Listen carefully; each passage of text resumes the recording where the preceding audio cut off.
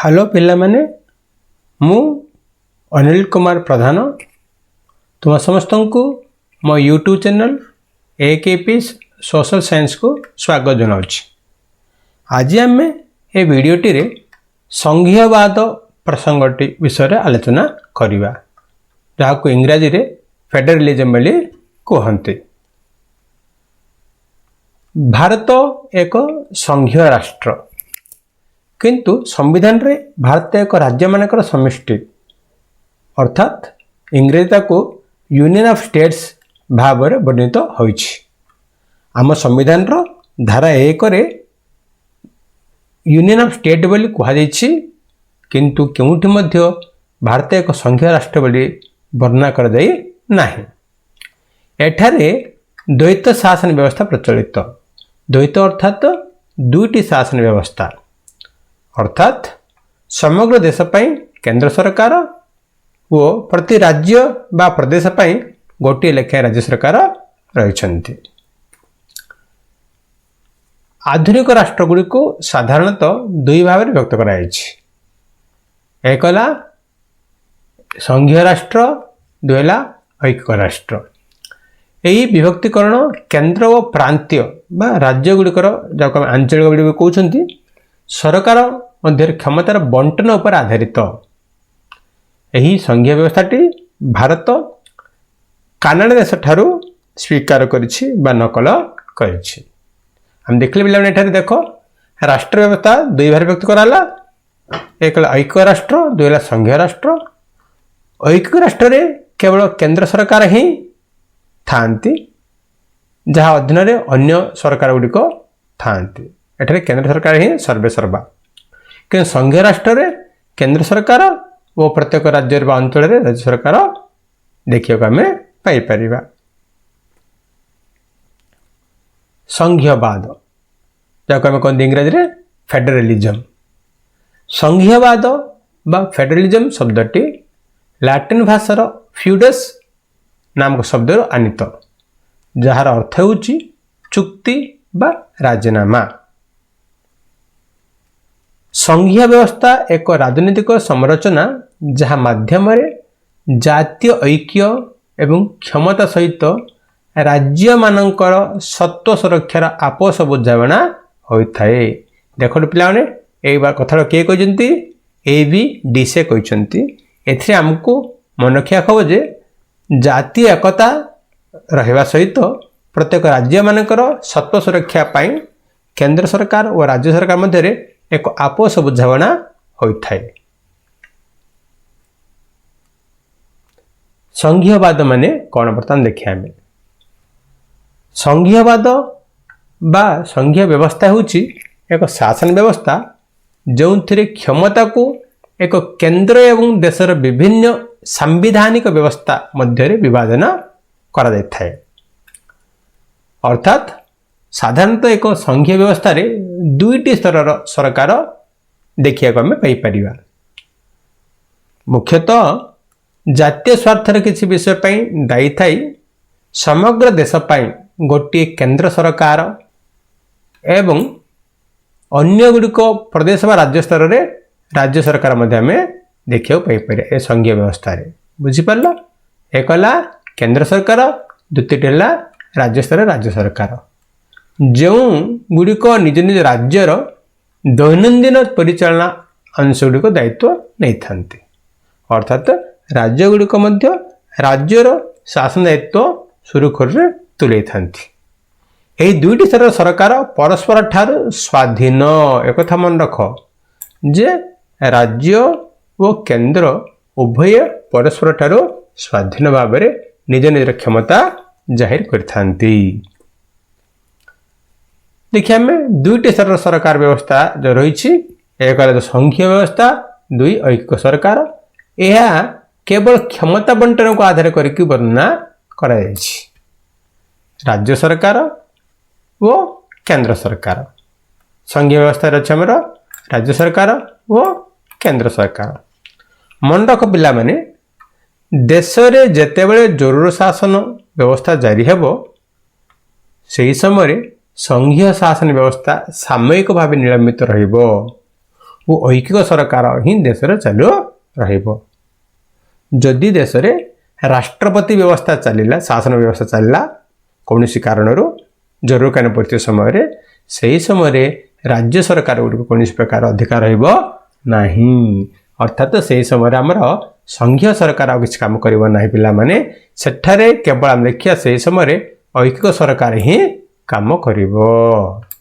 ଐକିକ ବ୍ୟବସ୍ଥା ମାନେ କ'ଣ ବର୍ତ୍ତମାନ ଆମେ ଆଲୋଚନା କରିବା ପୁଙ୍ଖାନୁପୁଙ୍ଖ ଭାବେ।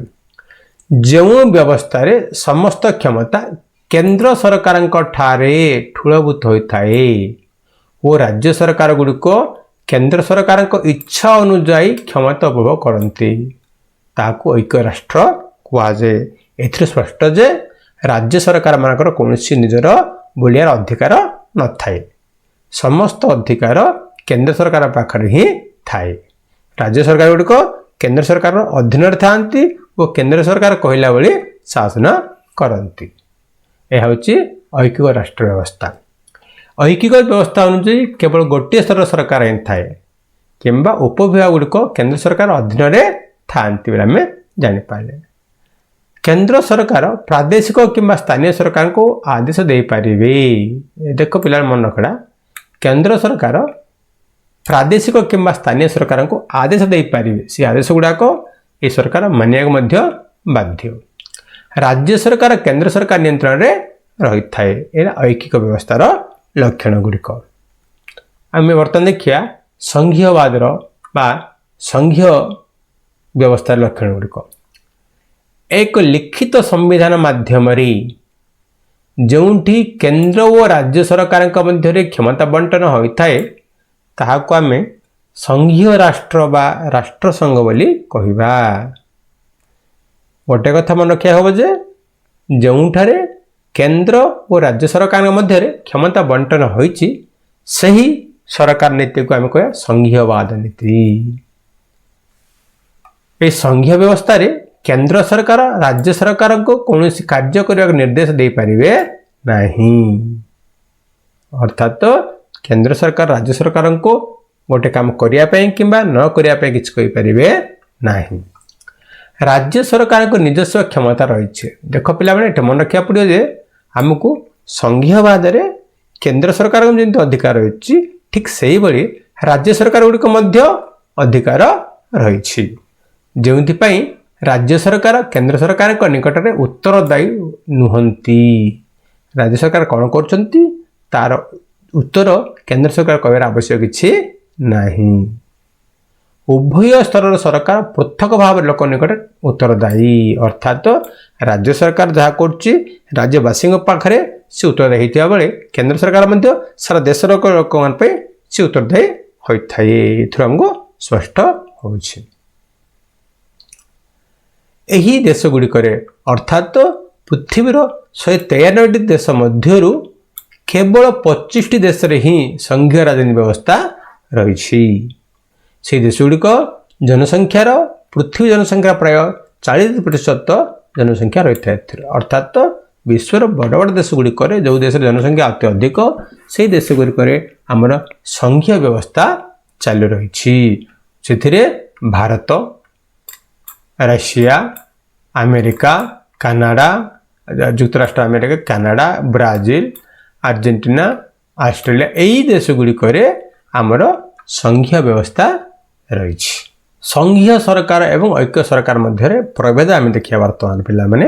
ଦେଖ ଏଥିମଧ୍ୟରେ କ'ଣ ସବୁ ପ୍ରଭେଦ ରହିଛି। ପ୍ରଥମଟା ହେଲା ଐକିକ ବ୍ୟବସ୍ଥା ଅନୁଯାୟୀ କେବଳ ଗୋଟିଏ ସ୍ତରର ସରକାର ହିଁ ଥାଏ କିମ୍ବା ଉପବିଭାଗ ଗୁଡ଼ିକ କେନ୍ଦ୍ର ସରକାର ଅଧୀନରେ ଥାନ୍ତି।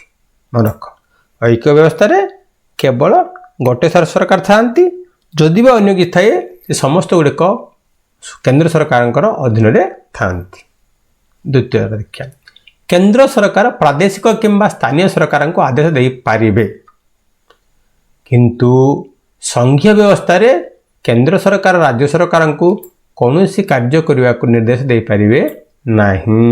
ଆମେ ଜାଣିଛନ୍ତି ଯେ କେନ୍ଦ୍ର ସରକାରକୁ କିଛି କ୍ଷମତା ରହିଛି, ଠିକ୍ ସେହି ସମୟରେ ରାଜ୍ୟ ସରକାର ଗୁଡ଼ିକ ମଧ୍ୟ ତାଙ୍କୁ କିଛି କ୍ଷମତା ରହିଛି। ତେଣୁକରି କେନ୍ଦ୍ର ସରକାର କାମ କରୁଥିବା ସମୟରେ ରାଜ୍ୟ ସରକାରଙ୍କ କାମ କରିଥାନ୍ତି।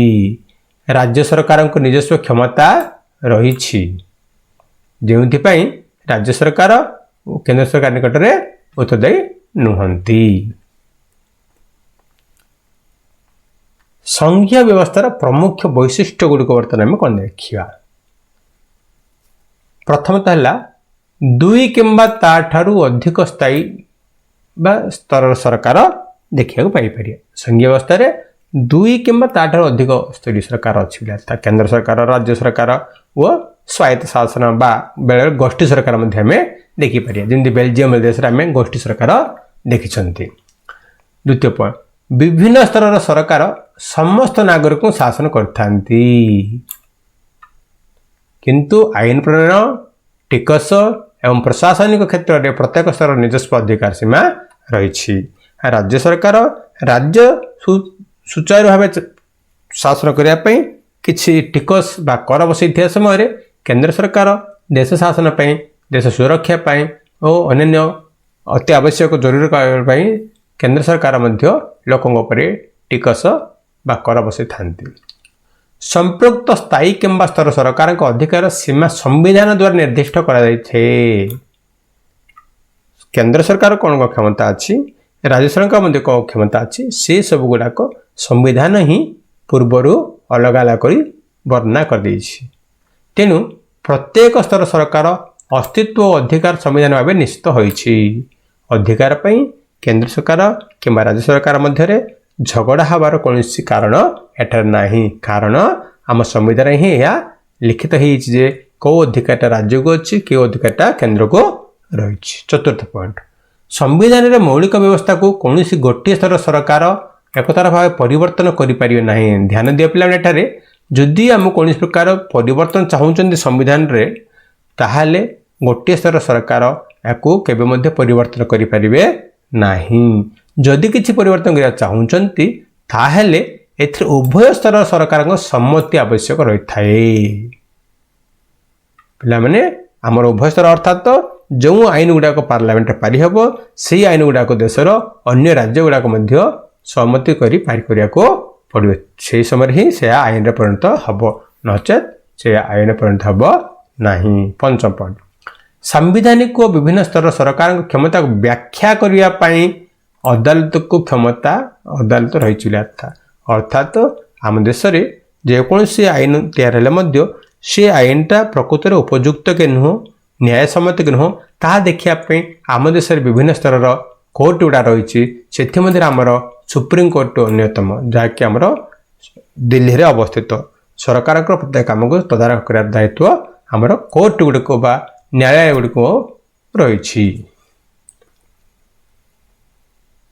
षष्ठ पॉइंट प्रत्येक स्तर सरकार आर्थिक स्वावलंबन निश्चित करने राजस्व उत्स स्पष्ट बना कराई कौ क्षेत्र राज्य सरकार टिकस आदाय करेंगे क्यों क्षेत्र केंद्र सरकार टिकस आदाय करेंगे कहा संविधान स्पष्ट भाव वर्णना कराई।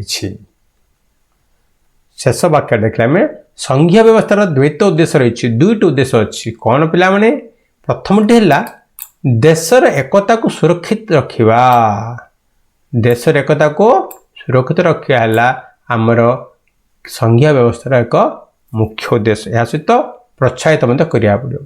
दुई यह आंचलिक विविधता को उपयोजन करवा आंचलिक विविधता अर्थात विभिन्न राज्य विभिन्न प्रकार जो प्रभेद थाए से गुड़ा सब उपयोजन कर दायित्व आमर यही संघीय व्यवस्था देखिपर। तेणु संघीयवाद को अनुसरण करने आचरण पर दुईट विषय अति गुरुत्वपूर्ण पिलाने सेगुड़िक है विभिन्न स्तर सरकार क्षमता बंटन किसी नियम सह राजी होगा उचित जो क्षमता गुड़ाक संविधान द्वारा बंटन होती उभय सरकार राजी होगा पड़ो। द्वितीय से मैंने विश्वास करिया उचित जे प्रत्येक चुक्तिनामार निज अंश को निजे पालन कर जहाँ सब संविधान लिखाही से गुड़ा को राज्य सरकार और केंद्र सरकार उभय को निजे पालन करिया को पड़िबो। आदर्श संघीय व्यवस्था दुईटी अंश बर्तमान देखिया एक है पारस्परिक विश्वास दुई है एकत्र रहा स्वीकृति आम सब गोटे सरकार अन्य सरकार गोटे स्तर सरकार अन्य स्तर सरकार प्रति विश्वास रखा पड़ो। द्वितीयतः है ସଦାସର୍ବଦା ଆମେ एकत्र रहिबा पई चेष्टा करिया को पड़िबो। ए संघीय व्यवस्था रे आउटे दुटी अंश।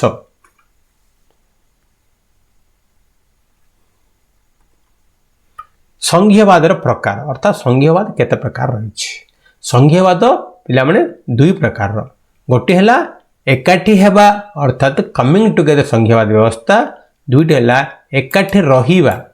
देखो एठारे एकाठी हेबा आ दुईटे हला एकाठी रहिबा अर्थात तो इंग्लिश रे कहले coming together and holding together. आम आ विषय बर्तमान आलोचना करिबा। प्रथम डाला एकाठी हेबा बा कमिंग टुगेदर संघीय व्यवस्था। एगुडा को कौन केउं देश अच्छी बर्तमान चिंता करिबा। एही मार्ग रे स्वाधीन राज्य गुड़िक निजे एकत्रित होई एक बृहत राज्य गठन करथांती अर्थात जो राज्य गुड़िक स्वाधीन भाव अच्छी से गुड़िक समस्ते मिलमिशि एक बृहत राज्य गठन करथांती। उदाहरण स्वरूप अमेरिका ब्रिटिश मान ठार स्वाधीन पाइला पर अमेरिका राज्य गुड़िक निजे निजे एकत्रित होकर एक बृहत राज्य गठन कले अर्थात यूएसए युक्तराष्ट्र अमेरिका गठन कले जहाद्वारा सेगुड़िक सार्वभौमत्व को एकत्र कर परिचय बजाय रखा सह सेमाने निजर निरापत्ता वृद्धि करें।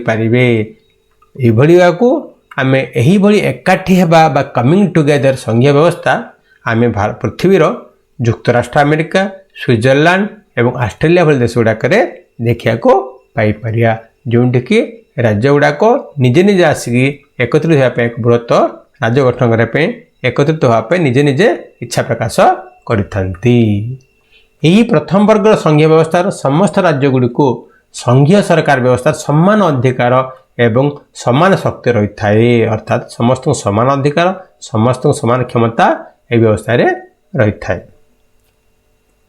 हम देखिए एकाठी हेबा संघीय व्यवस्था देश गुड़ाक आम मानचित्र बर्तमान देखिया पृथ्वी मानचित्र हूँ युक्तराष्ट्र अमेरिका यूरोप गोटे देश स्विट्जरलैंड एवं ऑस्ट्रेलिया महादेश। तापर देखिए बर्तमान द्वितीयटी एकाठी रहिबा बा होल्डिंग टुगेदर संघीय व्यवस्था। द्वितीय मार्गटी एक बृहत देश निज अधीन राज्य एवं जातीय सरकार मध्य निज क्षमता को विभाजन करने निष्पत्ति नहीं थाए। एठारे राज्य गुड़ाक एकत्रित भाव आसबेनि किंतु गोटे बृहत देश समस्त राज्य गुड़िक एकत्र रखिकी सेमानक मध्य क्षमता बंटन करथे जहाद्वारा कौन राज्य यही बृहत देश ठारू अलग हो पार नहीं। उदाहरण स्वरूप भारत स्पेन एवं बेल्जियम भली देश गुड़िक एभली एकाठी रहिबा बा होल्डिंग टुगेदर संघीयवाद व्यवस्था प्रचलित होउछि। यही द्वितीय वर्ग रे केंद्र सरकार राज्य गुड़िक तुलन में अधिक शक्तिशाली। ये मन रख पाने सदा सर्वदा यही जो देखिले एकाठी रहिबा संघीय व्यवस्था अच्छी एथिरे केंद्र सरकार क्षमता राज्य सरकार क्षमता ठारे अधिक थाए। प्रायतः संघीय व्यवस्थार विभिन्न सांगठनिक विभाग गुड़िक मध्य क्षमतार असमानता रही थाए अर्थात केत क्षेत्र में आम देखिले केंद्र सरकार को अधिक क्षमता देता समय राज्य सरकार को किछि कम क्षमता दि जाछि।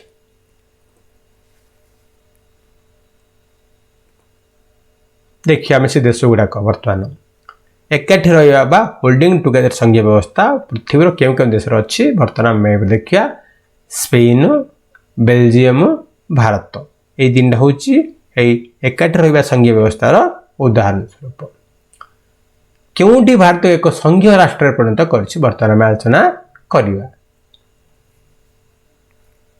एक जंत्रणादायक एवं रक्ताक्त विभाजन पर भारत एक स्वाधीन राष्ट्र भाव में उभाला। आम जानछन जे पिला माने 1947 मसीह अनेक रक्तपातर कारण होता जो समय भारत और पाकिस्तान अलग हो गला। हिंदू मुसलमान भाई भाई मध्य झगड़ा कलह दंगा सृष्टि होता जो अनेक प्राणी मृत्युवरण करते।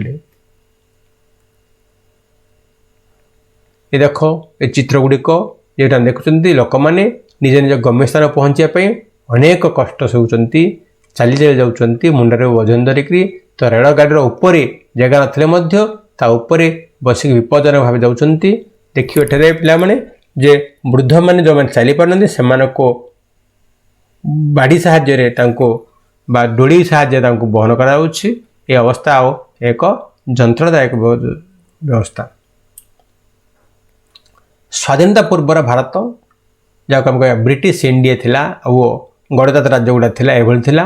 तापर स्वाधीनता पाइले परवर्ती भारत होची जोटी कि पाकिस्तान व बांग्लादेश अलग अलग अच्छे अर्थात पाकिस्तान वो ईस्ट पाकिस्तान जहाँ कहूँ बांग्लादेश को यहाँ अलग अलग रहा भारत स्वाधीन पाइबा परवर्ती समय। आम बर्तमान देखिया संविधान रे स्पष्ट भाव में केंद्र सरकार एवं राज्य सरकार मध्य आसनगत क्षमता गुड़ी को तीनोटी भाग में विभक्त कराଯାଇଛି। तेणु एथिरे तीनोटी तालिका रही सेगुड़िक है एक केंद्र तालिका, दुई राज्य तालिका, तीन युग्म तालिका। बर्तमान देखिया केंद्र तालिकार केउं केउं विभाग बा अंश गुड़ा रही, राज्य तालिकार केउं अंश गुड़ा रही और युग्म तालिकार केउं अंश गुड़ा रही बर्तमान आलोचना करिया। प्रथम तो देखिए आम केंद्र तालिका। केंद्र तालिकार देशर प्रतिरक्षा, वैदेशिक वाणिज्य, जोगाजोग एवं मुद्रा, रेलबाई, आयकर इत्यादि रही बेले राज्य सरकार पाखरे व्यापार, कृषि, जलसेचन, बहु राजस्व, जेल बा कारागार, स्वायत्त शासन इत्यादि रही।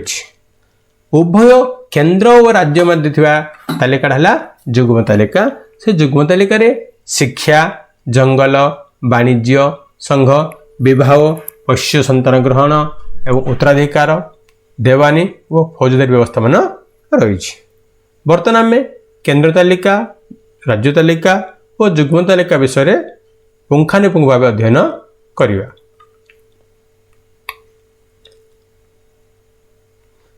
केंद्र तालिका 69 गोटी अंश रही।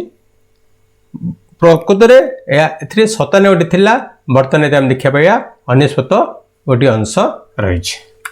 केंद्र तालिका देशर प्रतिरक्षा, वैदेशिक वाणिज्य, जोगाजोग, आणविक शक्ति, युद्ध व शांति प्रतिष्ठा, जातीय संबल, खनिज तैल, डाक और तार विभाग, जहाज और विमान चलाचल, नौ वाणिज्य, निर्वाचन, जनगणना, उच्च शिक्षा, रेलबाई, आयकर एवं मुद्रा भली जातीय गुरुत्वपूर्ण विषय गुड़िक अंतर्भुक्त करा जायछि। अर्थात जो अंश गुड़िक देशपाई आवश्यक, देश जातीय स्तर आवश्यक से गुड़िक केंद्र तालिका अंतर्भुक्त करा जायछि। से गुड़िक तालिका अंतर्भुक्त करार कारण यह जो आम देश में यह विषय पर एक समान नीतिर आवश्यकता रही। केवल केंद्र सरकार ही केंद्र तालिकार उल्लेख थिया विषय संबंधी आईन प्रणयन करें। बुझले पिला माने। बर्तमान देखिए आम राज्य तालिका। राज्य तालिका बर्तमान 61 गोटे अंश बा विषय रही, किंतु पूर्वे ए ओरिजिनाली 66 गोटे अंश बा विषय बा प्रसंग रही। बर्तमान यह केवल 61 गोटे अंश रही। राज्य तालिका पुलिस, जनस्वास्थ्य परिमल, शांति श्रृंखला, स्वास्थ्य केंद्र, व्यापार, भू राजस्व, जेल, यातायात व्यवस्था, स्वायत्त शासन, कृषि व मत्स्य एवं जलसेचन भली राज्य एवं स्थानीय गुरुत्वपूर्ण विषय को अंतर्भुक्त कराई। अर्थात जो अंश गुड़िक राज्य को आवश्यक बा जिला गुड़ाक बा स्थानीय भाव आवश्यक सही अंश गुड़िक यह राज्य तालिका अंतर्भुक्त करा जायछि। केवल राज्य सरकार ही यह राज्य तालिका थिबा विषय गुड़िक संबंध में आईन प्रणयन करि। अर्थात राज्यर विधानसभा राज्य को आवश्यक हवा समस्त आईन गुड़ाक प्रणयन करेंगे। बर्तमान देखिए तृतीय अटे युग्म तालिका। एथिरे बर्तमान 52 गोटे अंश रही। पूर्वे एथिरे केवल 47 गोटे अंश रही। युग्म तालिका उभय केंद्र सरकार एवं राज्य सरकार जनस्वार्थ संबंधित विषय यथा शिक्षा, जंगल, वाणिज्य संघ, विवाह, पोष्य संतान ग्रहण, देवानी व फौजदारी, जनसंख्या नियंत्रण, श्रमिक कल्याण, वन्यजंतु संरक्षण, आईन व न्याय एवं उत्तराधिकारी भली अंश गुड़िक अंतर्भुक्त। देखिए बर्तमान पिला तीनोटी तालिका मध्यरु କୌଣସି ମଧ୍ୟରେ ଅନ୍ତର୍ଭୁକ୍ତ ହୋଇନଥିବା ବିଷୟଗୁଡ଼ିକର ପରିସ୍ଥିତି କ'ଣ ହେଇଛି ଜାଣିବାକୁ ପଡ଼ିବ।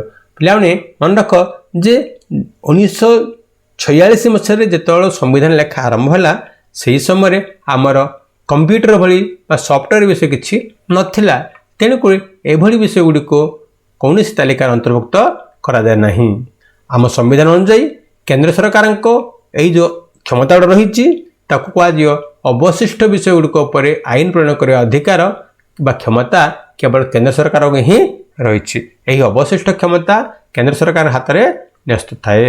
ଅର୍ଥାତ୍ ଯେଉଁ ଅବଶିଷ୍ଟ ଅଂଶ ରହିଛି ଯେଉଁଗୁଡ଼ାକ ଆମ ସମ୍ବିଧାନର କୌଣସି ତାଲିକାରେ ନାହିଁ ସେଗୁଡ଼ାକ ଆମେ କ'ଣ କରିବା ନା ଅବଶିଷ୍ଟ ତାଲିକା ରଖାଯାଇଛି, ଯାହା ପାଇଁ କେନ୍ଦ୍ର ସରକାର ହିଁ ସମ୍ପୂର୍ଣ୍ଣ ଦାୟୀ ଅଟନ୍ତି।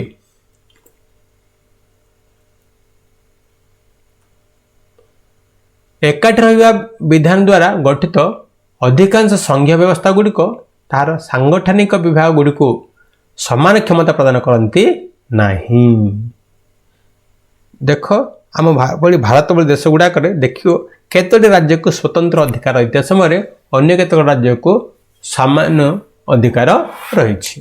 ଆମେ ଦେଖିବା ଆମ ଦେଶର ଆସାମ, ନାଗାଲାଣ୍ଡ, ଅରୁଣାଚଳ ପ୍ରଦେଶ ଏବଂ ମିଜୋରାମ ଅର୍ଥାତ୍ ଉତ୍ତର ପୂର୍ବ ରାଜ୍ୟ ଗୁଡ଼ିକୁ ସ୍ୱତନ୍ତ୍ର ସାମାଜିକ ଏବଂ ଐତିହାସିକ ପରିସ୍ଥିତି ଦୃଷ୍ଟି କାରଣରୁ ଭାରତୀୟ ସମ୍ବିଧାନର କେତେକ ବ୍ୟବସ୍ଥା ଅର୍ଥାତ୍ ଧାରା 371 ଅନୁଯାୟୀ ସ୍ୱତନ୍ତ୍ର କ୍ଷମତା ରହିଛି। କାରଣ ସେହି ରାଜ୍ୟ ଗୁଡ଼ାକ ଆମର ଅନ୍ୟ ଦେଶମାନଙ୍କର ପଡ଼ୋଶୀ ସୀମା ଭାବରେ ଅଛନ୍ତି, ତା ସହିତ ସେଠାରେ ଜଳବାୟୁ ଓ ଭୌଗୋଳିକ ପରିସ୍ଥିତି ସମ୍ପୂର୍ଣ୍ଣ ଅଲଗା ଥିବା ଯୋଗୁଁ ସେହି ରାଜ୍ୟ ଗୁଡ଼ିକୁ ସ୍ୱତନ୍ତ୍ର ମାନ୍ୟତା ଦିଆଯାଇ ଅଧିକ କ୍ଷମତା ଓ ଅଧିକ ରାଜସ୍ୱ ଯୋଗାଯାଇଥାଉଛି।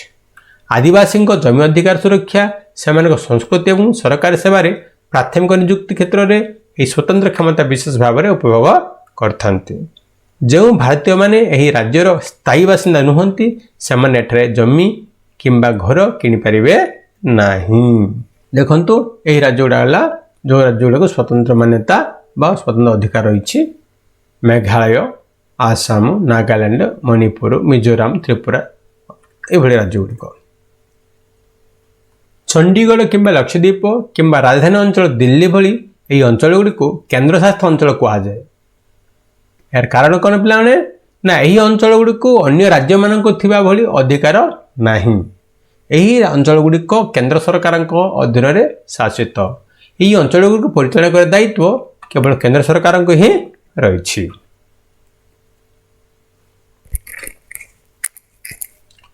ସଂସଦ ନିଜକୁ ନିଜେ ଏହି ବ୍ୟବସ୍ଥାରେ ପରିବର୍ତ୍ତନ କରିପାରିବେ ନାହିଁ। ଏଥିରେ କୌଣସି ପରିବର୍ତ୍ତନ ପାଇଁ ପ୍ରଥମେ ସଂସଦର ଉଭୟ ସଭାରେ ଅତି କମ୍ରେ 2/3 ସଂଖ୍ୟାଗରିଷ୍ଠତା ସହ ପାରିତ କରିବାକୁ ପଡ଼ିବ। ତାପରେ ଏହାକୁ ସମୁଦାୟ ରାଜ୍ୟର ଅତି କମ୍ରେ ଅର୍ଦ୍ଧେକ ବିଧାନସଭା ଦ୍ୱାରା ଅନୁମୋଦନ କରିବାକୁ ପଡ଼ିବ। ପିଲାମାନେ ମନେ ରଖ ଆମ ଦେଶରେ ଲୋକସଭା ଓ ରାଜ୍ୟସଭା ମିଶେଇକରି 543 ପ୍ଲସ୍ 250 ଅଛନ୍ତି। ଏଥିର 2/3 MP ଯେକୌଣସି ଏକ ବିଷୟକୁ ସମ୍ପୂର୍ଣ୍ଣ ସହମତି ଦେଲା ପରେ ସେହି ଆଇନଟିକୁ ଭାରତର ସମସ୍ତ ରାଜ୍ୟମାନଙ୍କ ମଧ୍ୟରୁ ଅର୍ଦ୍ଧେକ ରାଜ୍ୟ ଅର୍ଥାତ୍ 28ଟା ରାଜ୍ୟ ମଧ୍ୟରୁ ଅତି କମ୍ରେ 14ଟି ରାଜ୍ୟ ସେହି ଆଇନଟିକୁ ସମ୍ମତ କଲେ ହିଁ ଆମର ବ୍ୟବସ୍ଥାରେ ପରିବର୍ତ୍ତନ ଆସିପାରିବ, ନହେଲେ ସେଇଟା ପରିବର୍ତ୍ତନ ପାଇଁ କିଛି ଉପକାରକୁ ଆସିବ ନାହିଁ। ପିଲା ଆମେ ଦେଖିବା ସାମ୍ବିଧାନିକ ବ୍ୟବସ୍ଥା ଏବଂ ପ୍ରକ୍ରିୟା ଗୁଡ଼ିକର କାର୍ଯ୍ୟକାରିତାକୁ ତଦାରଖ କରିବାରେ ନ୍ୟାୟପାଳିକା ଯେଉଁ କୋର୍ଟ ଗୁଡ଼ାକ ଅଛି ଆମର ସୁପ୍ରିମକୋର୍ଟ, ହାଇଷ୍ଟ ଆମର ରାଜ୍ୟ ସ୍ତରର ହାଇକୋର୍ଟ, ଦେଶ ପାଇଁ ସୁପ୍ରିମକୋର୍ଟ। ଏହି ସୁପ୍ରିମକୋର୍ଟ ବା ନ୍ୟାୟପାଳିକା ଗୁରୁତ୍ୱପୂର୍ଣ୍ଣ ଭୂମିକା ଗ୍ରହଣ କରିଥାଏ। କ୍ଷମତା ବିଭାଜନକୁ ନେଇ କୌଣସି ବିବାଦ ଦେଖାଦେଲେ ହାଇକୋର୍ଟ ଓ ସୁପ୍ରିମକୋର୍ଟ ନିଷ୍ପତ୍ତି ନିଅନ୍ତି। କେନ୍ଦ୍ର ଓ ରାଜ୍ୟ ସରକାରଙ୍କୁ ଦିଆଯାଇଥିବା ଦାୟିତ୍ୱ ବଜାୟ ରଖିବା ପାଇଁ ଟିକସ ପକାଇ ସମ୍ବଳ ସଂଗ୍ରହ କରିବା କ୍ଷମତା ସରକାର ନିକଟରେ ରହିଛି। ଦେଖିବା ଆମର 1947 ମସିହାର ଭାରତ। ଦେଖ ଆମେ ସମ୍ପୂର୍ଣ୍ଣ ଭାବେ ଭାରତ ସହିତ ଭାରତର ବ୍ରିଟିଶ ଶାସିତ ଅଞ୍ଚଳ ଗୁଡ଼ାକ ସହିତ ଭାରତର ଗଡ଼ଜାତ ରାଜ୍ୟ ଗୁଡ଼ାକ ମଧ୍ୟ ଏଥିରେ ସମ୍ପୂର୍ଣ୍ଣ ଭାବେ ଦର୍ଶାଯାଇଛି। 1947 ମସିହାର ଭାରତ ମାନଚିତ୍ର।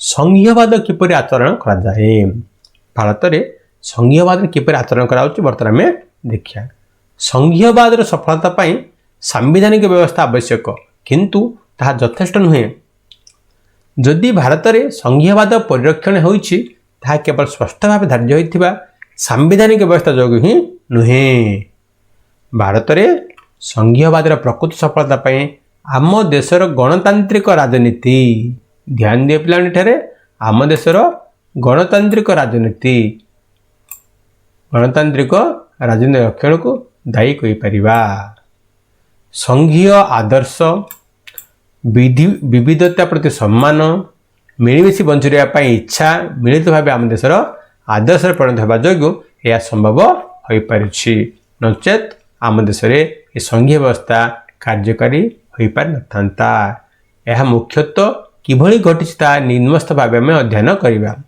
गोटे है भाषा भित्तिक राज्य गुड़िक द्वितीय है आम देशर भाषा नीति तृतीय है केन्द्र राज्य संपर्क ये गुड़िक बर्तमान आलोचना कले आम जापर जे आम देश में किभली भाव भाषा भित्तिक राज्य 1947 भारत नूतन राज्य गठन पर अनेक पुराना राज्य सीमा परिवर्तन करागला अर्थात भारत जो स्वाधीन पाइला से ही समय जो गणतंत्र राज्य गुड़ाक थिला से राज्य गुड़ाक भारतर स्वाधीन भारत विलीन हो गले सह से राज्य गुड़ाकर सीमार मध्य परिवर्तन देखा गोटे भाषा कथबार्ता होथुवा लोक मान को नहीं जपर गोटे राज्य रुहंता तापर दुष्ट अर्थात अनेक अंचल भाषा को लेकर राज्य गठन करने दाबी आसला से प्रथमटी है आमर भाषा भित्तिक राज्य भाव आंध्र प्रदेश गठित 1956 गठन होता केतेक राज्य भाषा आधार नुहे बरम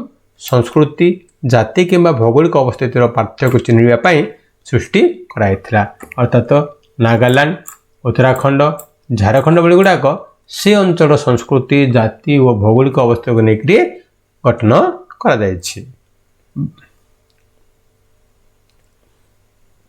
यह आम भारत देशर राजनीतिक मानचित्र वर्तमान 2025 मसीहार कि पूर्वे यह एभली नथिला यह हूँ 2025 मसीहार जोरिक आम देखिया 28 गोटी राज्य और 8 गोटी केन्द्रशासित अंचल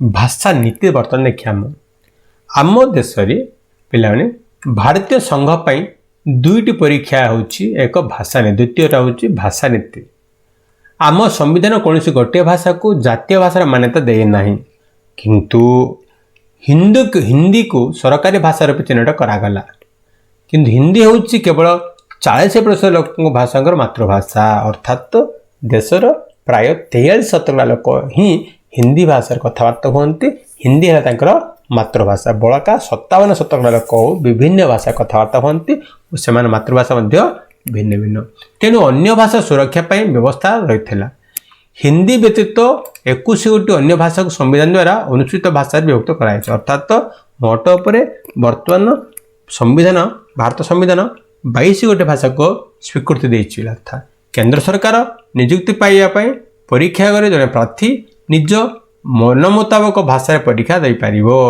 अर्थात इंग्राजी हिंदी ओडिया तेलुगु बंगाली से परीक्षार्थी जो भाषा चाहिए से भाषा से परीक्षा दे पार सुजोग वर्तमान केंद्र सरकार जगैछंती राज्य गुड़िक निजस्व सरकारी भाषा रही ओडिशा रे ओडिया आंध्र रे तेलुगु तमिलनाडु रे तमिल कर्णाटक रे कन्नड़ यही भली राज्य गुड़ाक निज निजर आंचलिक भाषा को सरकारी भाषा भाव घोषणा करछंती।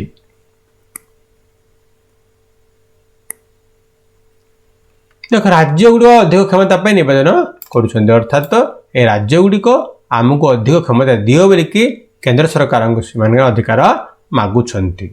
एठा देखल मिलित सरकार गठन होइछि अर्थात जेतोल कौन एक दल को संख्यागरिष्ठ आसन लाभ न होता है से समय अनेक दल मिसिकी एक सरकार गठन करिथांती से सरकार को आम कह मिलित सरकार बा मेंट सरकार कारण आजिकल राजनीति रे अनेक किछि परिवर्तन आसीगला वो साधारण निर्वाचन पर कौन एक दल को संख्यागरिष्ठ बेले बेले आसी न थाए से समय यही मिलित सरकार बा मेंट सरकार गठन होबार सुजोग रही था।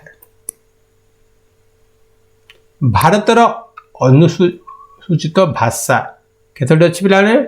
22 ଗୋଟି ରହିଛି। ସେଗୁଡ଼ାକ କ'ଣ ବର୍ତ୍ତମାନ ଆମେ ଦେଖିବା। 1 ଆସାମୀ, 2 ବଙ୍ଗାଳୀ, 3 ବୋଡ଼ୋ, 4 ଡୋଗ୍ରୀ, 5 ଗୁଜୁରାଟୀ, 6 ହିନ୍ଦୀ, 7 କନ୍ନଡ଼, 8 କାଶ୍ମୀର, 9 କୋଙ୍କଣୀ, 10 ମୈଥିଳି, 11 ମାଲୟାଲମ, 12 ମଣିପୁରୀ, 13 ମରାଠୀ, 14 ନେପାଳୀ, 15 ଓଡ଼ିଆ, 16 ପଞ୍ଜାବୀ, 17 ସଂସ୍କୃତ, 18 ସାନ୍ତାଳୀ, 19 ସିନ୍ଧି, 20 ତାମିଲ, 21 ତେଲୁଗୁ, 22 ଉର୍ଦ୍ଦୁ। ଅର୍ଥାତ୍ ଏହି 22 ଗୋଟି ଭାଷାକୁ ଭାରତରେ ସମ୍ବିଧାନ ଦେଶର ଭାଷା ଭାବେ ସ୍ୱୀକୃତି ଦେଇଛି। ଏଥିମଧ୍ୟରୁ ସର୍ବାଧିକ କଥାବାର୍ତ୍ତା ହେଉଥିବା ଭାଷା ହେଲା ହିନ୍ଦୀ।